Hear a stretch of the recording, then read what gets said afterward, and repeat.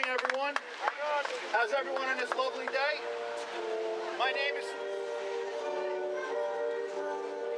You're right there? Just leave it. My name is Scott Fertitta. Can't hear you, Scott. Come on.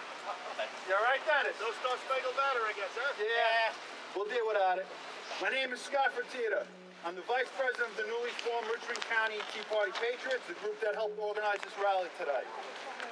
First of all, I understand that our time is valuable, our free time is precious. Thank you very much for everyone for braving the weather, for coming out here with us today. And thank you for our friends who came from out of town who not only braved the weather, but braved the bridge tolls, because I know that wasn't easy either. I just got a few things I want to say. And first of all, thanks to Don for making me not fall off the stage. We're going to talk a little bit about why we're here. Well, in a nutshell, we're here to call for the immediate and complete repeal of the New York SAFE Act. Yeah! We're also here because both of our leaders in Washington and here on Staten Island have basically trampled our constitutional rights to bear arms. Albany. And today they're going to hear about it. Right. Yeah! Absolutely! Well, why are we here? Why are we here? We're in front of Congressman Grimm's office. We're here in this particular spot for a certain reason.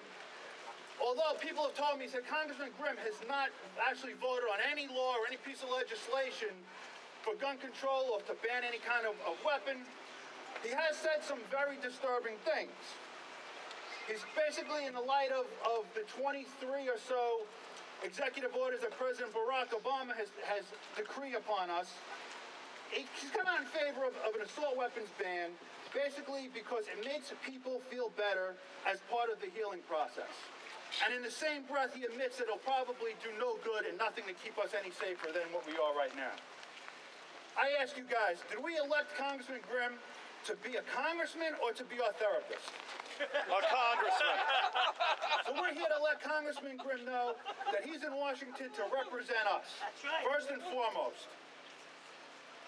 Why are we here in this particular spot? There's a little bit of history here. Some of you may be aware, some of you might not be aware. Back in 2009, a lot of the same people here today stood on this very spot when that office was occupied by then Congressman McMahon. On that day, a group of citizens from Staten Island let the former congressman know how they felt about the way he was representing us. Okay? On that day, the Tea Party movement in Staten Island was born, and the seeds for Congressman McMahon's defeat were planted. And we're here to let the congressman know, and we're here to let all the other elected officials know who voted for this SAFE Act, and we're going to vote to infringe on our constitutional rights to bear arms, that we did it once and we'll do it again. That's right! Woo! Yeah! And with that, I'd like to introduce the man most responsible for us being here today. He's a good friend of mine. I got to know him very well over the last 2 years. He's the only person that my wife will not let me play with unsupervised. He's a good guy, and a lot of people underestimate him. And I'm telling you now, people are going to hear from this man a lot in the coming years. He's the president and founder of the Richmond County Tea Party Patriots, Mr. Bobby Zahn.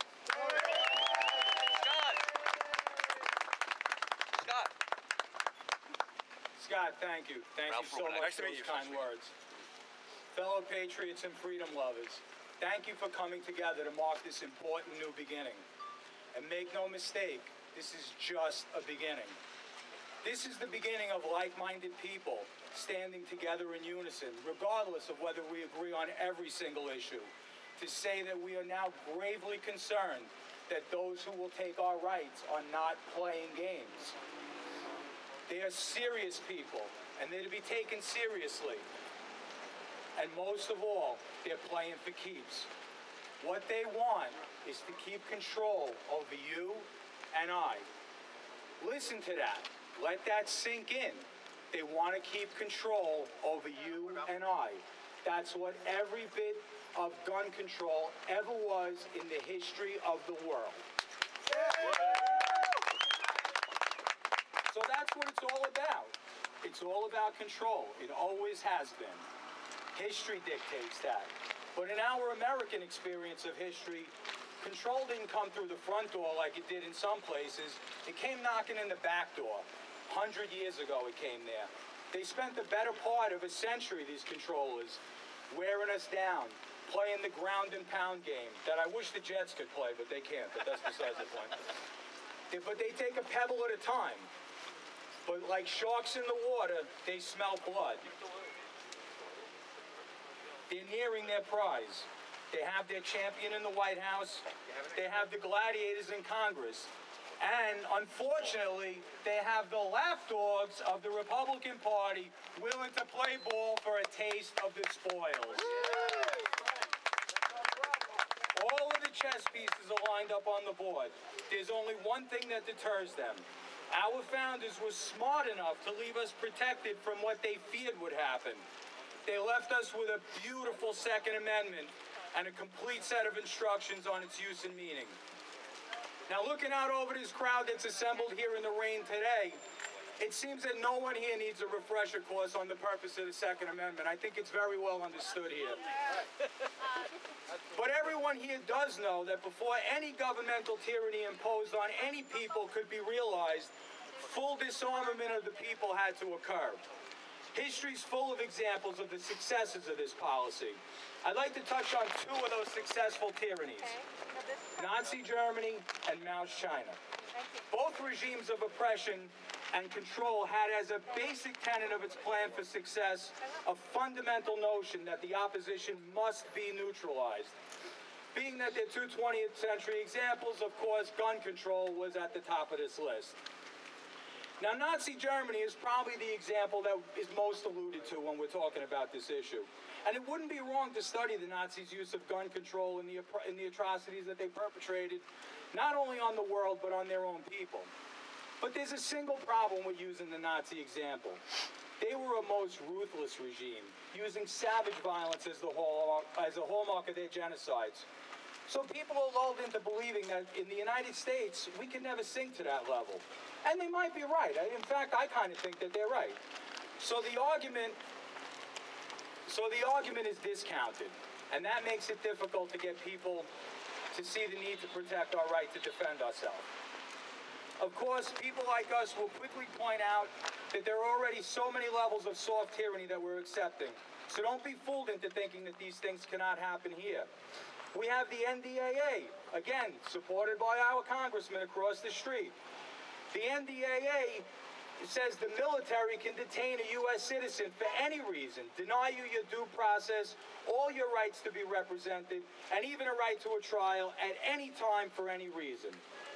The Patriot Act, also supported by Congressman Grimm, allows the government to surveil an American citizen with no probable cause and no due process. So don't think the infrastructure for a Nazi-like regime is not in place, because it certainly is. Now, having said that, I don't believe any of this stuff about my government. I don't believe they're Nazi-like. I don't think that they're ready to mow down citizens with weapons. But does that mean that it's okay to lay down my defense? Absolutely not. I think that the chances are pretty slim. Even though the initial violence, if the most hardcore social radicals were to take over, would make the things that we saw in Newtown look like a candy shop. But I think what happened in Mao's China is what we should be frightened of. In that case, as part of Mao's great leap forward, remember that word forward, from 1957 to 1960, up to 30 million Chinese starved to death after the communization of the economy. Now, does that sound like anything that they're doing about here? They're talking about communizing the economy. They're talking about redistribution of wealth. It sure sounds like it to me. So this is what I would be afraid of. I would not be afraid that they're going to come at you and shoot you. I would be afraid that they're going to starve you to death with their stupid policies, and you're not going to have any way to defend yourself. So luckily, right now, if they came and they told you to get on the train, you'd be going to a good place like they've done in the past. You have a means to defend yourself. Let them take that, let them communize the economy, and don't worry about the value of your home or whether your salaries keep in pace with inflation. None of that's going to matter much, because every day you're going to live in fear that you're going to be defenseless, just like the subjects of Mao's China. The only difference between then and now is not whether it will happen, because nobody knows for sure that it will happen, but whether it can happen. And I don't want to give them any reason to know that it can happen. In contrast to this, there's a great example of what happens when the plans of the tyrant are foiled. That example might be familiar to most of the people here. Some of the younger kids who are educated a little bit differently than we were, maybe not so familiar. But that's the story of the first shots of the American Revolution. The revolution had been brewing for decades as the crown taxed and oppressed the colonists. There was resistance, they complained, they fought back, and they tried to address their grievances in a political manner. But the cards were stacked against them. But a very pivotal thing happened that caused the shot heard around the world. Does anybody know what that was? That's right, disarmament. They were coming to Lexington and Concord to take the guns. And that's what forced the colonists to take up arms against the British. And the rest, as they say, is history. So what does all this mean? Why are we here, and what can we do? Now, armed conflict is not on the horizon. It's not coming tomorrow. There's no doubt about that. But we must fight for each and every attempt to infringe on our basic rights, and in particular, the Second Amendment. We must use the political system no matter how much we think it's stacked against us, and for the most part it is. But it's only successfully stacked because we are not organized. We are fractured, and we don't always recognize the enemy. Now, it's easy to recognize Barack Obama, Nancy Pelosi, Dianne Feinstein, and the other progressives. We know what they're all about. They're coming for our Second Amendment rights. They make no bones about it. But sometimes it's harder to recognize the ones who masquerade as Marines and FBI agents. Conjuring up romantic, imaginative thoughts about what that means. I know I had my own thoughts about it. You know, when Congressman Grimm ran, he said he was a Marine. I pictured a guy throwing a flag up, 3 guys throwing a flag up on a big rock in a foreign country. He's shown to be something completely different from that. So I could go down a list of all my disappointments with Congressman Grimm, but certainly his aiding and giving comfort to Obama by supporting an assault weapons and a large magazine ban is right at the top of my list. And let's not forget those who wear the costume of the C word, conservative. We have folks like Andrew Lanza and Nicole Malliotakis who support Cuomo and his grab of our rights. Conservative? I don't think so. We have to be able to recognize these people. We need to look past that team logo on their jersey and see them for who they really are. All too often we think that just because someone plays for a team that is generally seen as supporting our views, each team member is on board. These people show that that is absolutely not the case.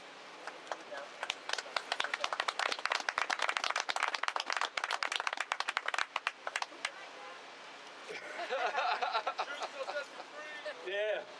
So, in closing, I want to thank all you guys for coming. I want to tell you that the answer to this is what we're doing now. We're standing together. I'm looking out. I'm seeing people come from all different walks. I'm seeing Democrats. I'm seeing Republicans, conservatives, libertarians. If we don't stand together, who said it? Benjamin Franklin? Right? If we'll either all stand together or we'll all hang together. I know that that's not exactly how it said it, but that's exactly what's going to happen to us. We have to all stand together. Thank you very much.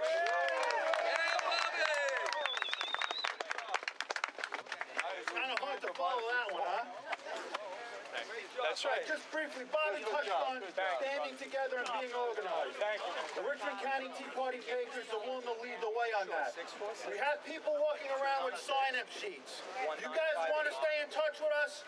I know a lot of the gun organizations have things that they're working on. We want to be a part of that too. Talk to Miss Jean over here. Let's get your name and phone number and email addresses, and we'll keep you in the loop of the things that are going on in the future. All right. Thank you. Thank you. I'd like to introduce our next speaker. A lot of you guys might not be familiar. His name is Mr. Wade Chan. He's an organizer of Tea Party 356 or 365 in New York City. Sorry, my page is a little wet. He's a first-generation Chinese American who was born here. His father led an oppressive communist regime in China. Please give him a warm Staten Island welcome. Hi, guys. First of all, I want to thank everybody for showing up. I just learned yesterday that Staten Island is the smartest borough out of them all because all you guys have Republican leaders. Okay? God bless you. Well, a lot of people don't know, I also ran for state assembly against the most powerful, corrupt person in New York State, Sheldon Silver, our House Speaker. Our version of Nancy Pelosi. We got to be out there to inform people. Now, I want to thank all of Staten Island's elected officials for a good job. offering public service, but they took a sworn oath to protect and follow the Constitution. Maybe they just forgot what's inside. So I suggest to you, go to Barnes & Noble, pick up a bunch of these things, and go to their offices and hand it to them, and then read the Second Amendment. Let me read it to you.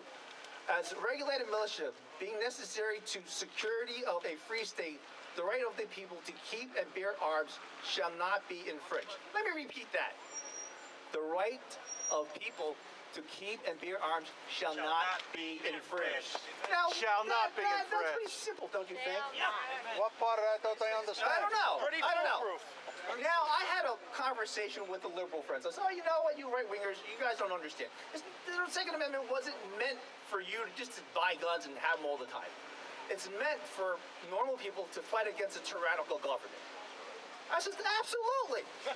That's why I need a new. Okay? Now, think about it. We're taxed 50% of all our money between state, local, and federal. And if you're wealthy, you're taxed way over 50%. If that's not a tyrannical government, what is? Okay? Yeah. The government has the right to seize your property through eminent domain. And if Andrew Cuomo has his way, and what was it? Buyback? Confiscation, buyback? Like mandatory buyback? Right. If that is not confiscation, what is? That's right. 100%. If the government can force you to buy a product that you may or may not want, just like the British did when when they forced the colonials to buy their tea, aka Obamacare, if that is not a tyrannical government, what is? If our government has the right to fly a drone over our heads and kill ordinary Americans, if that's not a tyrannical government, what is? That's why we need to preserve the right to bear arms. Now, I take a slight offense. Assault weapon? What is that exactly? Just because it has a collapsible stock and a pistol grip makes it an assault weapon? Let's not follow the liberal jargon. They are defense weapons. Period.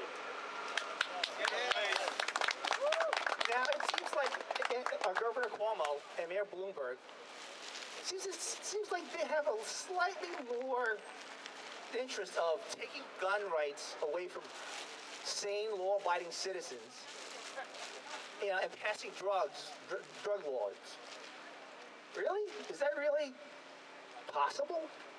I mean, you think about their legislation now, banning sugar, denying food to the homeless because it has too much salt. Right. Who's on drugs now? Right.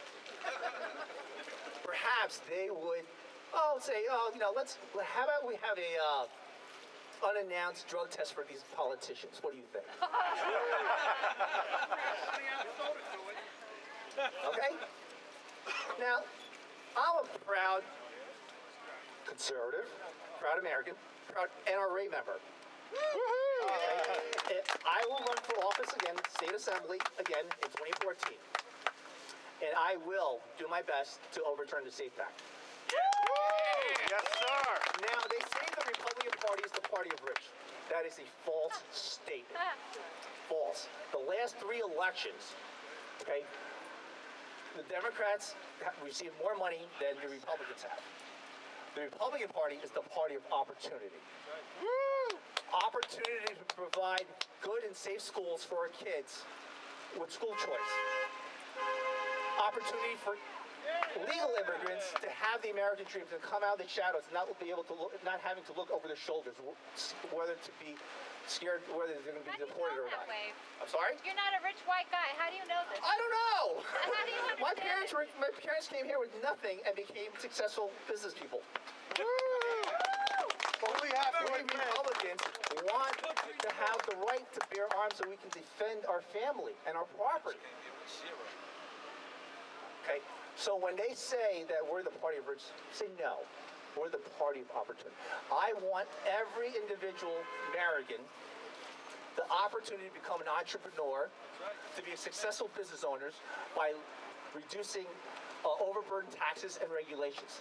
That's what the Conservative Party, Republican Party means. but we have to realize why the Republican Party lost so bad this time. In a We bad didn't have the right economy, we message. lost our way because a lot of phonies in it. Phonies? And they have to be Amen. weeded The out. Republican Party Or you is ain't the going party of nowhere. opportunity. You'll get him in 3 more Opportunity years. is what we want. Opportunity is what we need. There's no guarantees. I can't make you promises that not you know what? kid anybody No one here. from social welfare ever became rich. right there. Oh, yeah. Okay? There you go. All we want is a fair shot, a fair deal, an opportunity, economic growth. Okay? As long as they own the media, we're in trouble. That's why we have to fight fire with fire. The internet is our last hope to exchange ideas. That's why they want to control that too. I realize I don't live in your district. I realize it's tough times, but I am running in 2014. My website is www.wavechan4nysassembly.org. Thank you for having me. Oh, by the way, one more thing. Here is a pistol application for the city of New York. Okay? In order to get your pistol permit, you need a professional to fill this out. It's about $350 to have a professional fill it out. And you need to join a pistol range. $400 on average. And then you need fingerprints, about another $100. Before it's all said and done, you're looking at $1,000. Before you Before buy a gun. you can even buy a gun. Discrimination. This is discriminating against the poor. Yeah, it is. Okay? Who needs it the most? Do I dare say it? Do I dare? Yes. I'll say it. Say it. It's racist! So, Mr. LaPierre, NRA, please help us overturn some of these overburdened laws so we can get guns. Firearms. Thank you very much. Good job, Wave. I'd like to introduce our next speaker. And since my paper's a little wet, I'm going to have to resort to something a little more modern here. Her name is Miss Karen Awad. She's a member of the Colonial Rifle and Pistol Club here on Staten Island. She's also an officer and a competitive shooter for the last 25 years. She's won more medals than I can even read to you right now, and she's won numerous New York State pistol championships. So everyone, please give a warm Staten Island welcome to Miss Karen Awad. Give him hell, Karen. Thank you. The founding fathers of this great nation were really very smart guys. Think about it. I think it's out. Dom. To be able to write a constitution, a Declaration of Independence, and a Bill of Rights over 200 years ago, and have them still apply to our everyday lives today, that's incredible. Amen. How many other things have lasted for so long? These documents are the cornerstone of our existence as a nation, the greatest nation on the face of the earth. Yes. These are uniquely American. We're not Europe. In the preamble of the Constitution, it states, "We the people of the United States, in order to form a more perfect union, establish justice, ensure domestic tranquility, provide for the common defense, promote the general welfare, and secure the blessings of liberty to ourselves and our posterity, do ordain and establish this Constitution for the United States of America. Posterity for all future generations. Liberty, the power of choice, the positive enjoyment of various social, political, or economic rights and privileges. Freedom from arbitrary or despotic control. despot, a ruler with absolute power and authority. The Declaration of Independence states, "We hold these truths to be self-evident, that all men are created equal."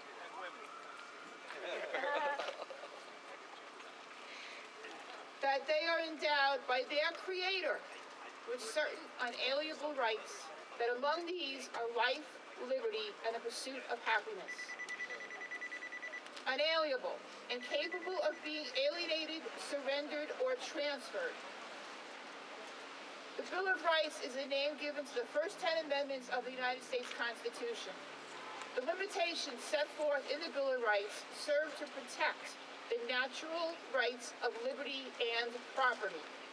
They guarantee person freedoms, limit government's power in judicial and other proceedings, and reserve some powers to the states and to the public. The Second Amendment states, "A well-regulated militia being necessary to the security of a free state, the right of the people to keep and bear arms shall not be infringed."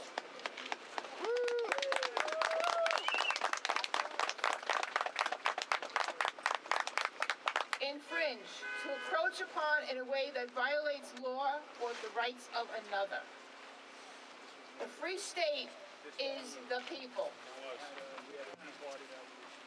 The reason why these documents have lasted for so long is because the founding fathers of this great nation thought not only about their generation, but the generations of the future. I choose to exercise my rights. I choose to own firearms.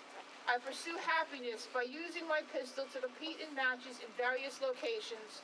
I do this for the positive enjoyment of the social activity and meeting people with the same interests. I have made many friends, enjoyed many experiences, and have many, many memories. My experience in shooting is my liberty, which government does not have the right to infringe upon or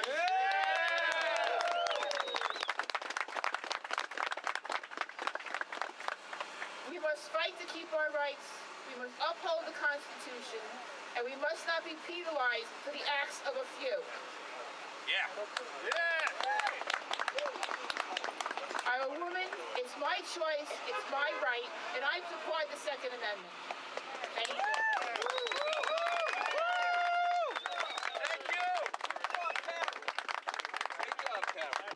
Thank you very much, Karen. Before we introduce our next speaker, I was wanting to play a little game with everyone. I hear a lot about low information voters and things like that, and this crowd doesn't look like they fit that bill. So we're going to play a little game. I'm going to read the list of names, and I want to see which one is different from the rest. Nicole Malliotakis, Michael Cusick, Diane Savino, Andrew Lanza, Matthew Titone, and Joe Borelli. Borelli. You win a cookie, my friend. Those are all representatives in Albany.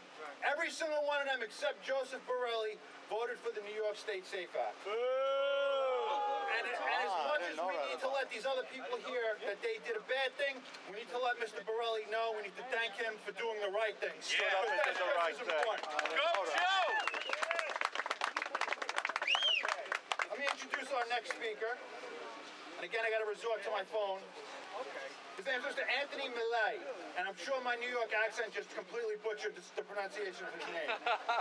Let's call him Tony. He is an MA in diplomacy, U.S. Army veteran, a federal firearms dealer, and is an advocate for the U.S. Constitution, and 2010 GOP candidate for the U.S. Congress. He is an international security consultant and president of AMI Global Security. Once again, let's give a warm Staten Island welcome to Mr. Anthony Millay.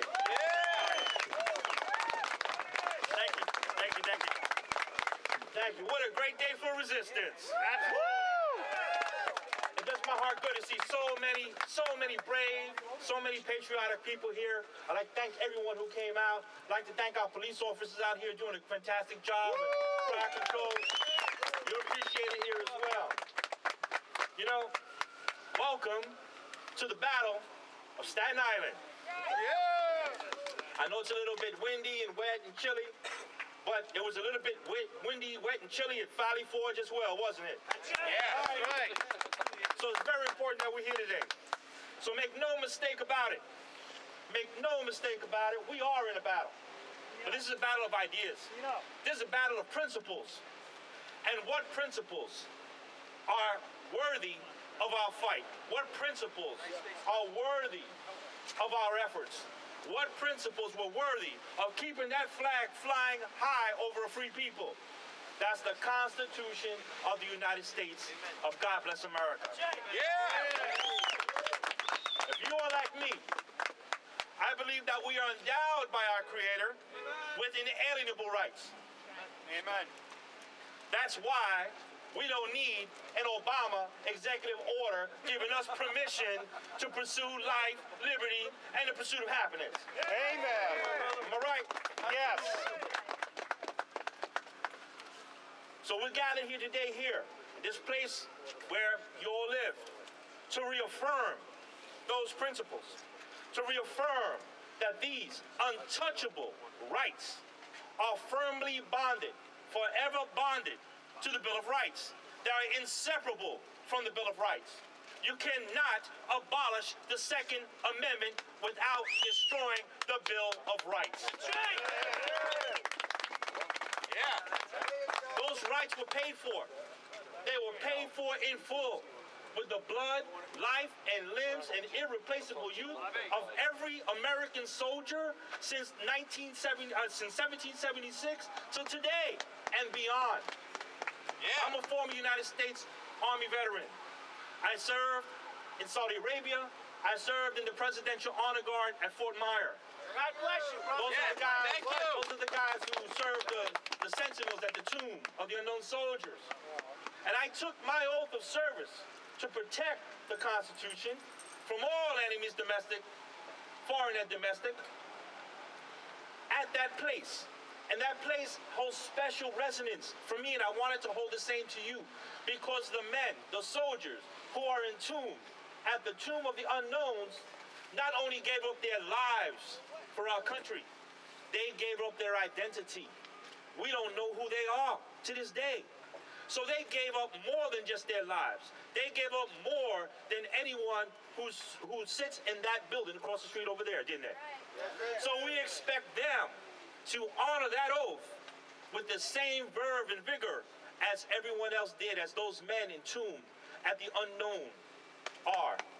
Amen. Amen. Yeah.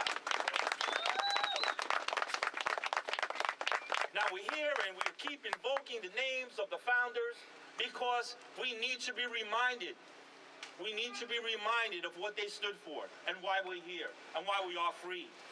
And in their uncanny wisdom, the founders foresaw that a day may come in our history when the consent of the governed must be reasserted upon those who are so intoxicated by their own self-importance that they will forget whom they serve.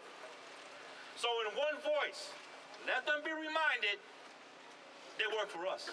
That's right. That's right. They work for us. We don't work for them. That's right. They work for us. Let them be reminded that they swore an oath to honor and obey us when they protect that Constitution. Let them be reminded they are not our rulers, they're not our lords, they're not our masters over us, because we are free people. And if we are to remain free people, they need to be reminded that they work for us. We're citizens, not subjects. Yes, sir. In one voice that can be heard from every hilltop to Purple Mountain's majesty, from one end of the coast to the other. Let it be heard and not forgotten that the Constitution of the United States will not be abolished, will not be diminished, will not be diluted without a fight. That's right. That's right. You know, I'm from the Bronx. I'm Puerto Rican, I'm Italian. Let's go to Arthur Avenue And that's to get a nice sandwich over there.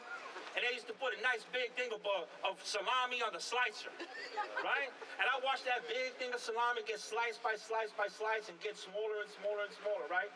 Well, you know what? The same thing happens to the Bill of Rights. And they keep passing these little laws. Oh, don't worry about it. It's to protect you. We're just going to limit your rounds. We're just going to tell you can't have that many bullets.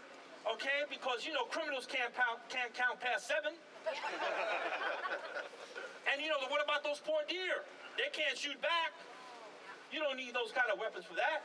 So little by little, incrementally, they take those away for us to one day we wake up, our children wake up, and our grandchildren wake up to a day they do not remember. They do not know what it was that they lost because when they were born, they never had it. Yeah. That's why we're out here. Yeah.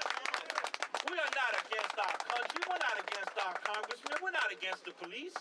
We are for our constitutional rights. We are the last free people on planet Earth. And I have been around this planet. I worked as a counterterrorism specialist. I was a bodyguard. I've lived and worked in Angola, in Africa, in the Congo, in Cote d'Ivoire, in Saudi Arabia, in Egypt. And I tell you what, I fall in love with America every time I come back from one of those unfree places. America! Now, our very good friend, Representative Grimm, he swore an oath upon his honor. He swore an oath upon his honor to preserve and protect that Constitution. And I have no doubt that he will. Not only Grimm, all of them.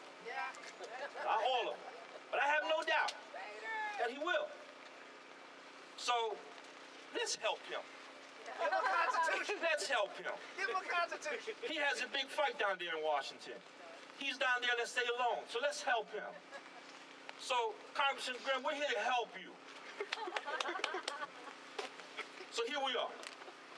This is how we're going to help. And I have to read this because there's so many.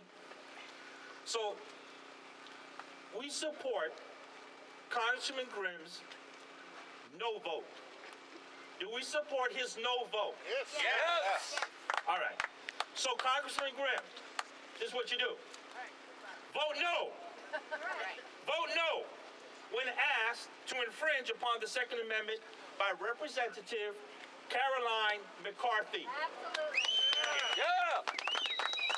Look up her number and call her office and tell her no. Vote no to H.R. 137. It's called Fix the Gun Check Act. Vote yes to We Demand Congress Fix the Budget Act. Yeah. Now, I'm a federal firearms licensee, and I'm here to tell you there's a lot of disinformation going on. Anybody who walks into my office gets an FBI NICS background check. Everybody. If you're at a gun show, you get a NICS background check. You know how you do it? You pick up your phone and you call up the FBI number and you give them the information over the phone and you get a NICS background check. So I don't know of anyone who would risk their livelihood and their business except a criminal. Yeah. I don't know of any criminal that say, hey, look, what do you got good to rob banks with? So this does not happen. And every police officer, every law enforcement person would tell you that guns that are used in the commission of a crime are either stolen, all right, because they don't want to get it traced back to them. So the only one who's left unprotected is the good people. The only people who are left unprotected is all the business owners. Every time you read about a victim of all of these mass shootings around the country, every single one of those crimes had one thing in common. You know what that was? The victims were unarmed. Yep.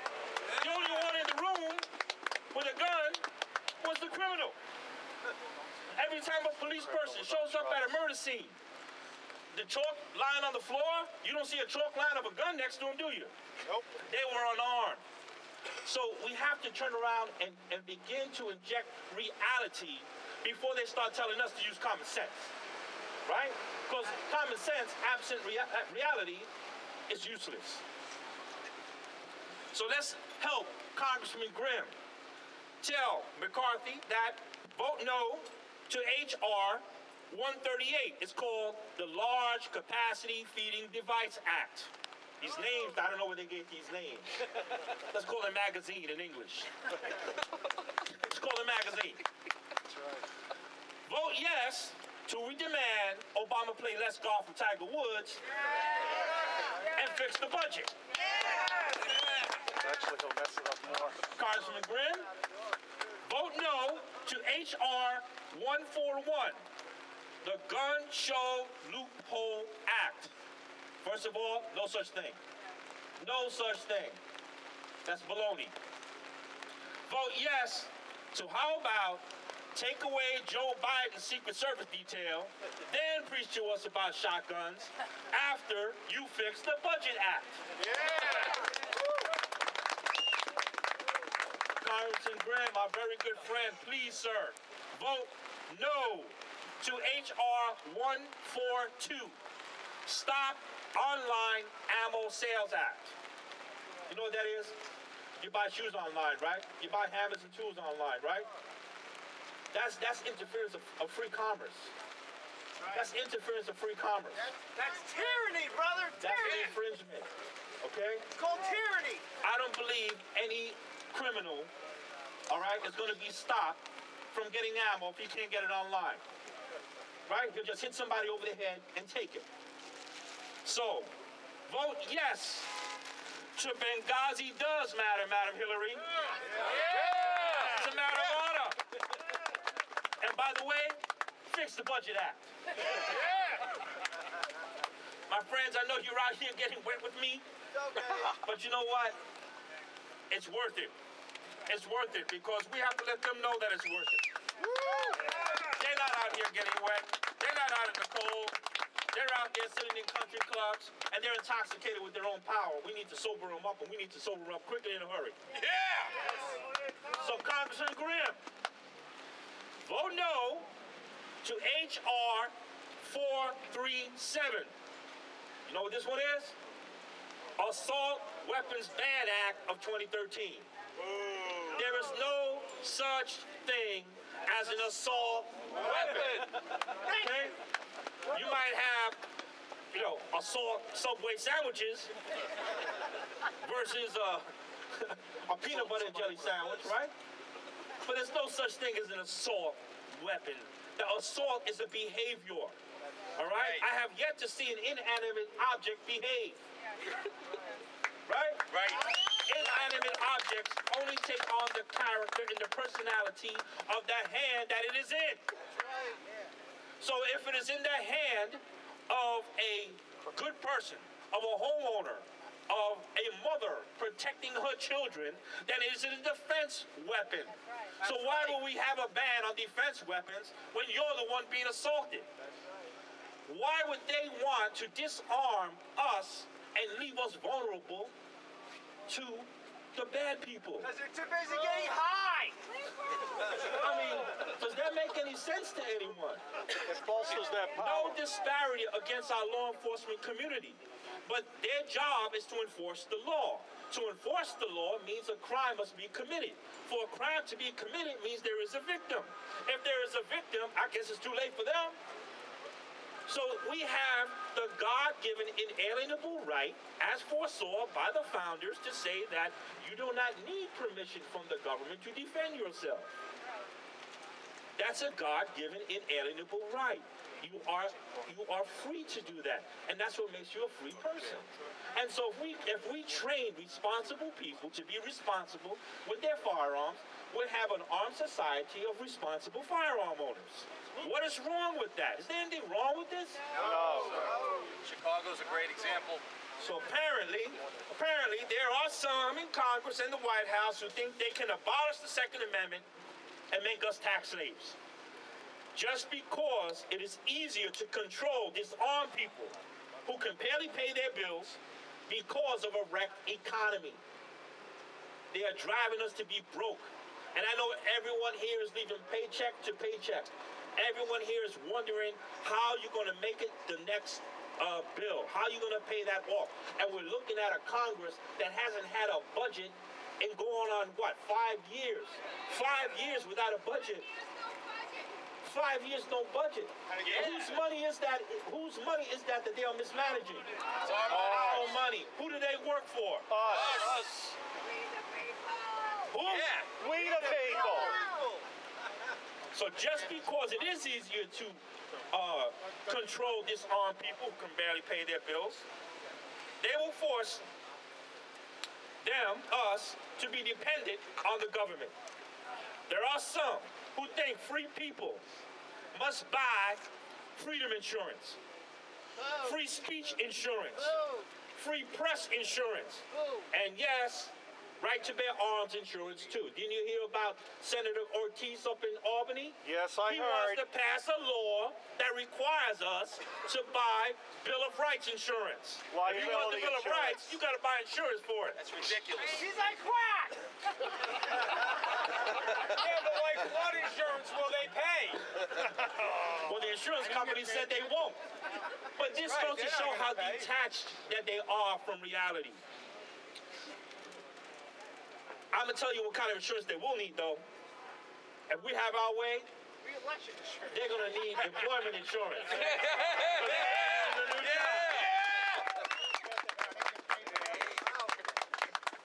Of course, we're going to fire them election day. Because who did they work for? Us. So, what is the message we need to tell our good friend Congressman Grimm? Uphold the Constitution. Uphold the Constitution. Now, my friends, Congressman Grimm's office is right there. This will be on the news. So let's tell him in one voice. How do we want Congressman Grimm to vote on these bills? Yes or no? No! Do we want Cuomo's gun law? Yes or no? No! Do we want to be tax slaves to the government? Yes or no? No! Are you going to vote against anyone who tries to abolish the Bill of Rights? Yes! And when they ask, who has the nerve to make these demands of governors and assemblymen and senators and presidents, our answer will be, We the people! who? We the people! They can't hear you down there. I think you're going to have to tell them a little louder. Who? We the people! Thank you, my friends. Thank you. God bless.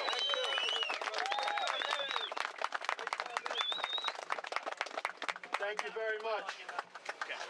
You know, ever since I got involved with the Republican Party in 2010, I've worked on some campaigns, I've collected signatures, I've handed out literature, and they always tell you you gotta make a choice between the lesser of two evils. And sometimes we don't have good candidates to run here. You know what?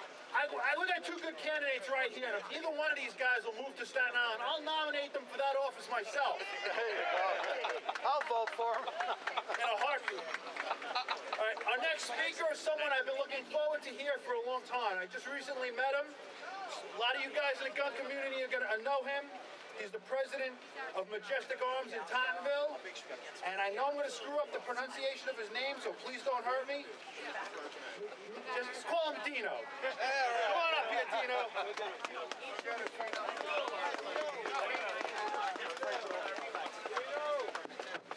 Thank you for all coming here today in this pouring rain and the freezing cold. Everybody here lives in the epicenter of the galaxy of gun control. We've all abided by their laws, and we did what was asked of us. I've been in this business for 32 years in New York City, and I actually worked and made my livelihood in this system that I actually thought worked for a while. If you wanted to own a gun, a rifle or a shotgun, you applied to the police department, you paid your fees, you gave them your photographs, and a few weeks later you got a permit.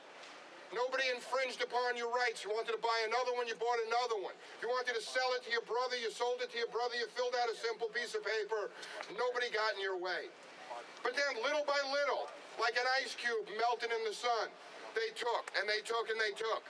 And now we get to the point where if you want a rifle and a shotgun permit, it is now 1 year. Customers come to me every day. They wait a full year for a rifle or a shotgun permit with no recourse to get it done any quicker. How is that a right when you have to pay that much money and wait a year? It's not. If you're a day late and $1 short on your renewal application, And I've heard this direct quote from a police officer. It's like we've never known you. We will not renew your permit. Police will be at your house. They will confiscate your guns. You got to start the process all over again. And when they do give you a license again, it's one of your guns every 90 days. We see this in our shop every day. How is it that we have people, politicians, be it a congressman, a senator, a state assemblyman, whatever, on one hand they tell you they support the Second Amendment, they want reasonable control, but they allow this to happen to their constituency on a daily basis? Am I missing something, or are we getting screwed? We're getting screwed. There's not a day, a week goes by, we don't get senior citizens or even other people that have lost their jobs that don't want to give up their guns, or even a senior citizen who's not going to hunt or shoot anymore, but he'd like to keep one in the house for protection of him and his family or his wife. They can't afford the licensing fees. We've put millions of dollars into the city coffer. How are we treated? When you go to get your gun license, you're treated as if you're guilty until proven innocent in their eyes. And remember, a day late and $1 short, and the police will be at your house. How do these people tell me they respect the Second Amendment and allow their constituency to be treated this way? Whichever politician they are, they should be ashamed. This should not be allowed to go on. Absolutely. We are the ones that are the reasonable ones. We're the voice of reason. We've complied with your laws, and this is how we're treated. And we have guns, too. And we want to, every single one of us applied and complied until it gets to the point where you can't even comply anymore. This is what we see go on.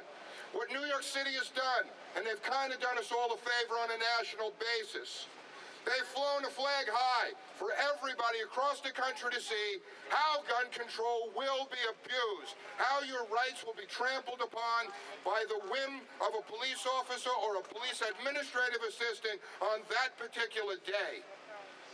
And this is what's going on, and they should all be ashamed that they allow this and their constituents to be treated this way. And that's pretty much what I have to say about that.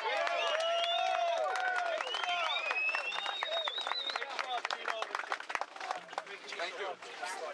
Thanks a lot, Dino. Virginia. Just want to throw out a little statistic here for you guys. I got this from Mr. Borelli. According to New York State's very own Department of Criminal Justice, out of 769 murders, there were 5 by the guns that have been banned. However, those guns could have been illegal due to theft, but they can't prove it. In contrast, 31 murders by blunt objects such as pipes and bricks. So they're going through all this trouble for 5 murders that they don't even know if they were committed by illegal guns or not. You don't hear that from any of the politicians. Term limits, it's right. I'd like to introduce our last speaker of the day. I know it's raining. We're going to try to wrap it up as quickly as we can. New friend of mine, Mr. Devito. He's the publisher of U.S. for Palin, which supports and promotes Governor Palin, her family, products, and organizations. The site provides news analysis on her from Reagan conservatism, feminism, and servant leadership views. He's also the New York State coordinator for American Grizzlies United and Organized for Palin. Devito is an instrument-rated pilot, uses Microsoft FX to stay proficient. He's also a recreational saltwater fisherman and shooter and has an MBA from the University of Phoenix and a Bachelor in Journalism from St. George University. Let's give a warm welcome to Mr. Devito. Hey! Thank you.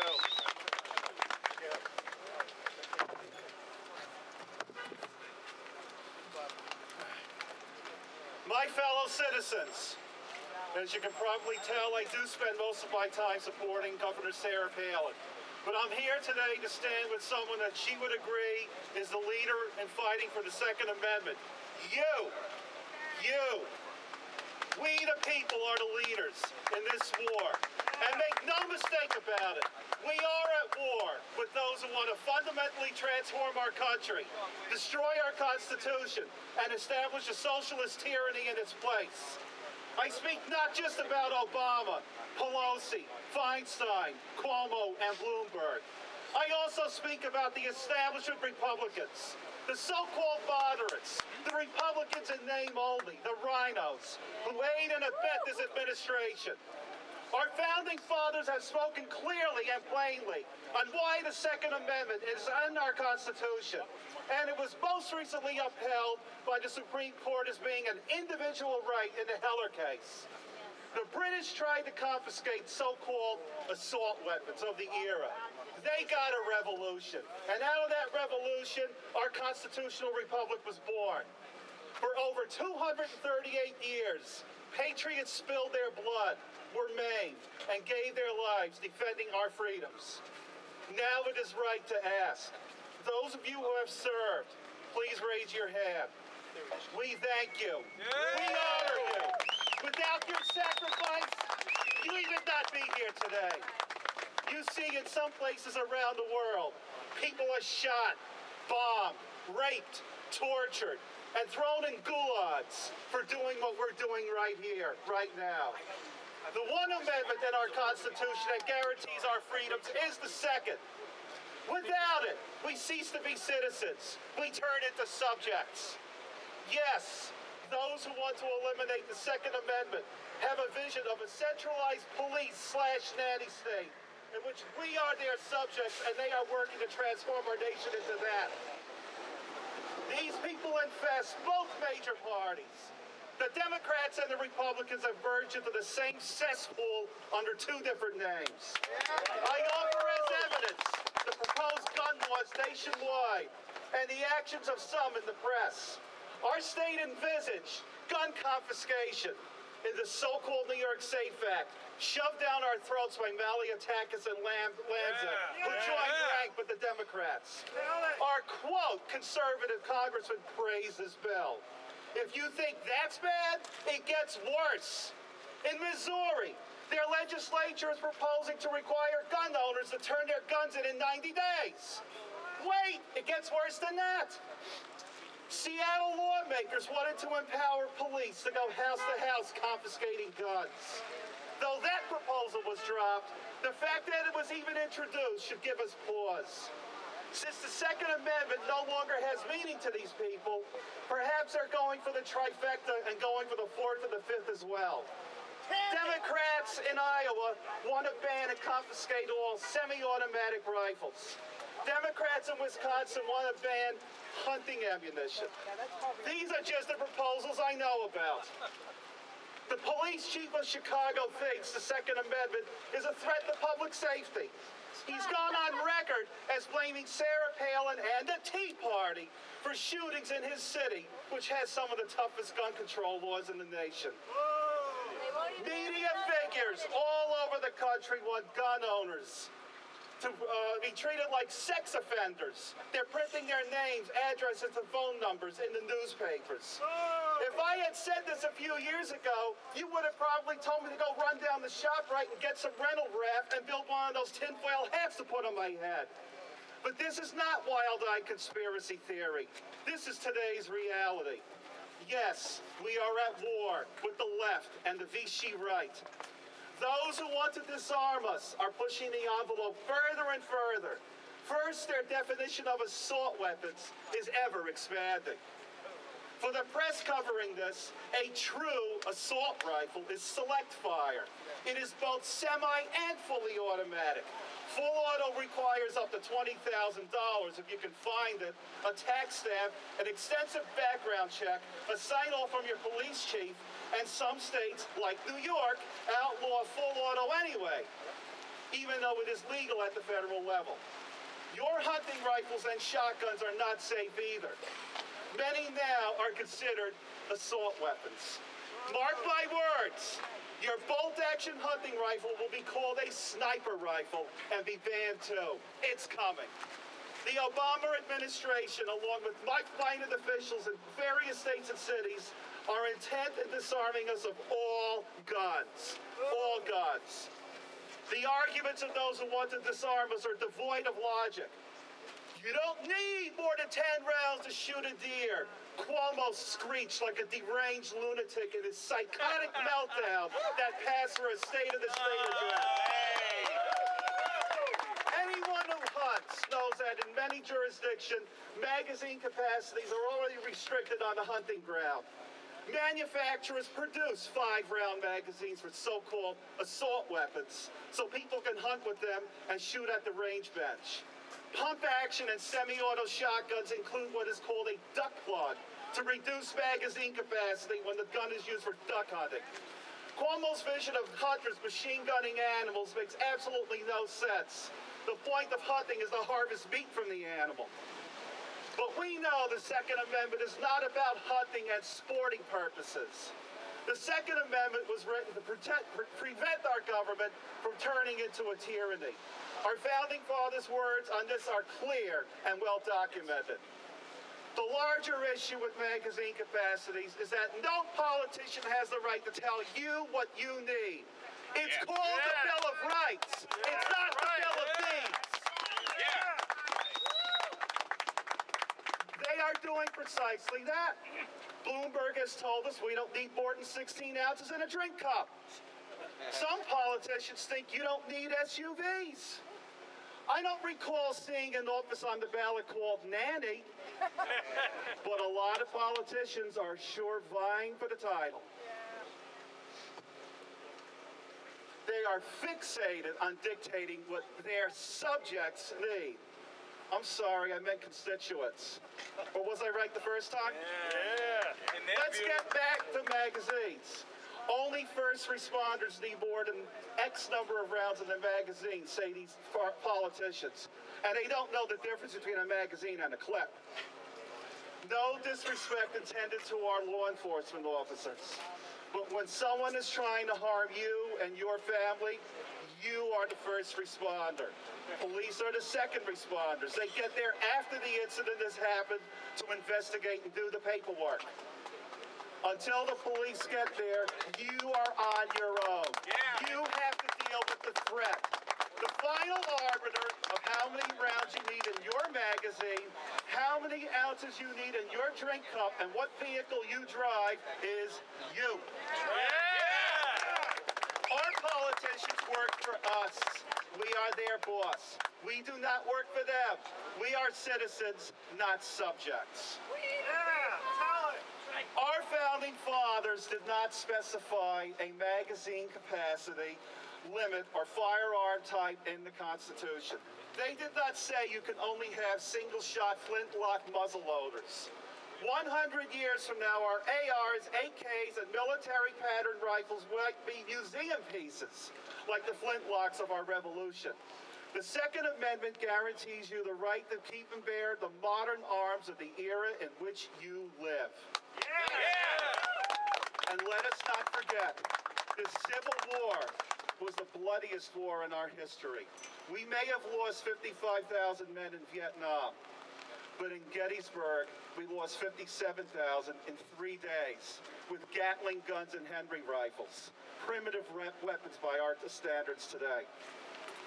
To say that the Second Amendment only applies to the weapons of the era in which it was written is akin to saying the First Amendment only applies to the Gutenberg printing press. That is patently absurd. Imagine being told that Facebook and Twitter are too dangerous to use, that the government is cutting the internet. It sounds asinine, doesn't it? No. But it happens in tyrannies all over the world. It happens now. Sopa.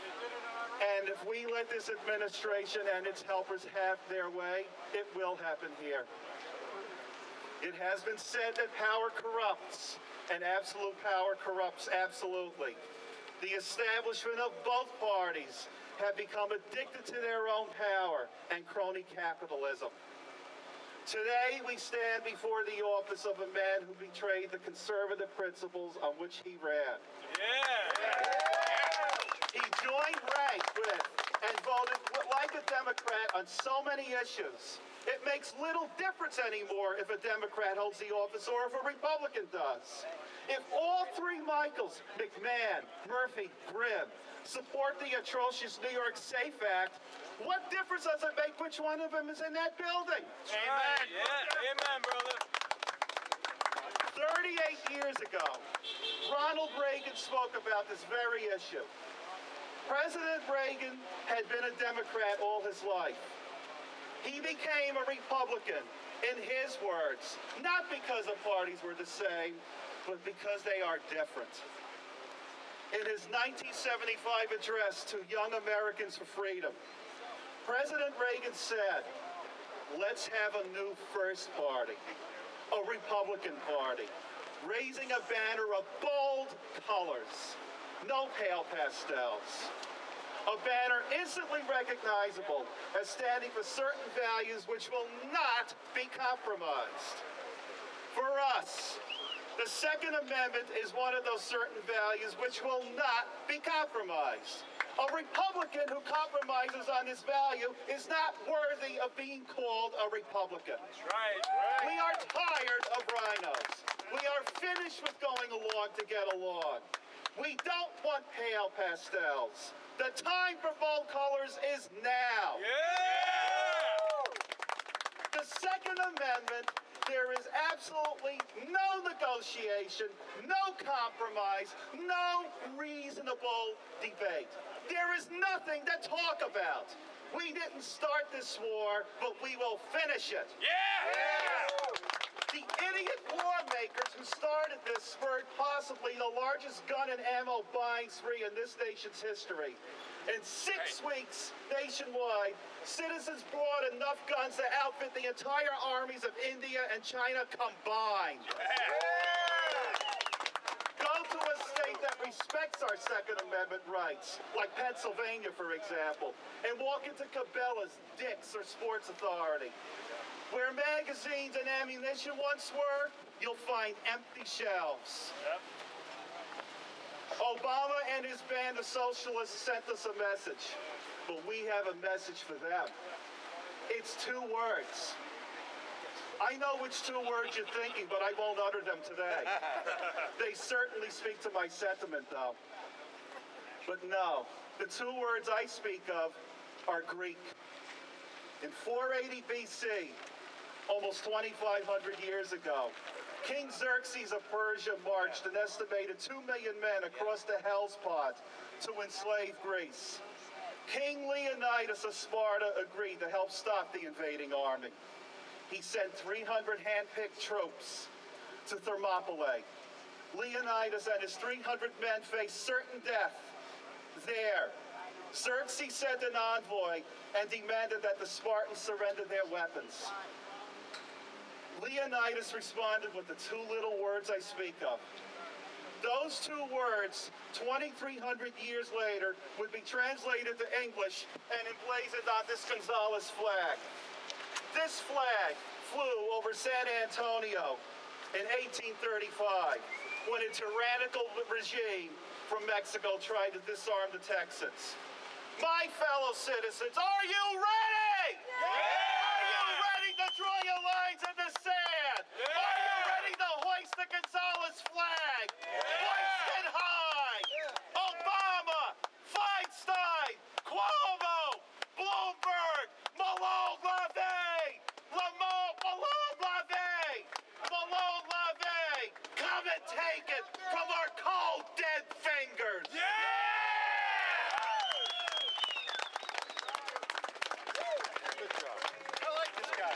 I love that guy. Wow. Wow, Ron Devito. How do you follow that? I feel like a comedian in Carolyn's who just right after Joe Pesci or something. Wow, Ron, you are the man. All right, listen, it's raining out here pretty hard. I thank you all for coming out. I just want to end this with a couple of little points. First off, Monday, there was an article in the Staten Island Advance.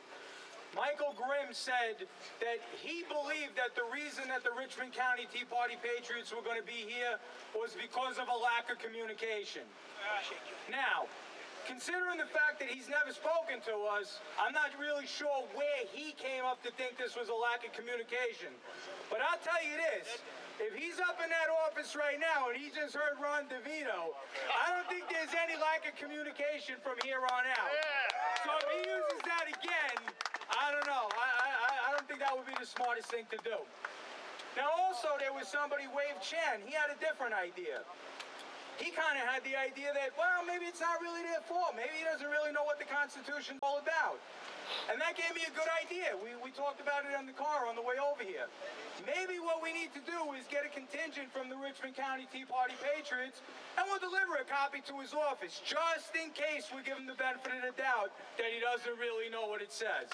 Somehow, I don't think that's the case, but maybe we'll do it anyway, just for giggles. I volunteer. Scott right here volunteered. Anybody wants to volunteer, see Scott. He's the coordinator. Thank you, Scott. All right, so just a couple of housekeeping things. I hope everybody signed up for the Richmond County Tea Party Patriots. This is not a one-trick pony. Don't make any mistake here. We're not just about the Second Amendment, but the Second Amendment, of course, is a huge issue to us. We stand for Tea Party principles all over the country. We stand for fiscal responsibility, a constitutionally limited government, and free market solutions. So the Second Amendment for us, this is just right up our alley. If you haven't signed up, if you want to go to the website, it's www.rcteapartypatriots.com. And we are also going to have a meet and greet for anybody interested in joining at the Page Diner on March 20th at 7 p.m. So I want to thank you all for coming out. And when is the next rally? And it is up to us. It is up to us to keep this Constitution, because if we leave it up to them, it is not going to happen. When is the next rally? I don't know. You got to get bigger. Absolutely. And we will. Richmond County Tea Party Patriots. That's on right. Facebook. Follow us on Facebook, Richmond County Tea Party Patriots. And if I knew the Twitter feed, if I knew what I would give it. Hold on a second. It's all like we had membership. It's something. You know what? We're going to post it on Facebook today, all right? All right, guys. Thank you so much for coming out.